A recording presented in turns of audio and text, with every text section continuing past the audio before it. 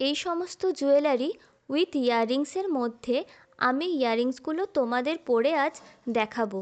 তোমাদের যদি কোনো ইয়াররিংস ভালো লেগে থাকে তাহলে অবশ্যই আমাকে ডিএম করতে পারো। এই হ্যান্ডমেড জুয়েলারিগুলো ছিল আমার অর্ডারের। খুব কম সময়ে এগুলো আমাকে বানাতে হয়েছিল। আমার কাছে যথেষ্ট টুলসও ছিল না, তাই জুয়েলারিগুলো বানাতে আমার সময়ও লেগেছিল। কিন্তু 4 দিনের মধ্যেই আমি অর্ডারটা কমপ্লিট করেছি।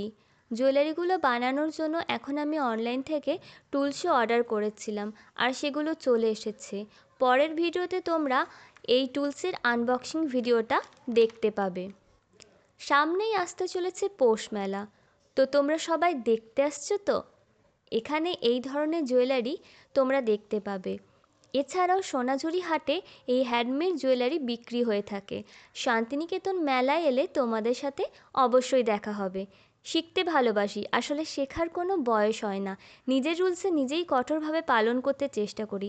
যত তাড়াতাড়ি সম্ভব রুলস তৈরি করে ফেলাটা সবচেয়ে গুরুত্বপূর্ণ। তো তোমাদের আমার হাতে তৈরি ইয়াররিংসগুলো কেমন লাগলো কমেন্টে অবশ্যই জানিও। আজকের মতো এখানেই টাটা।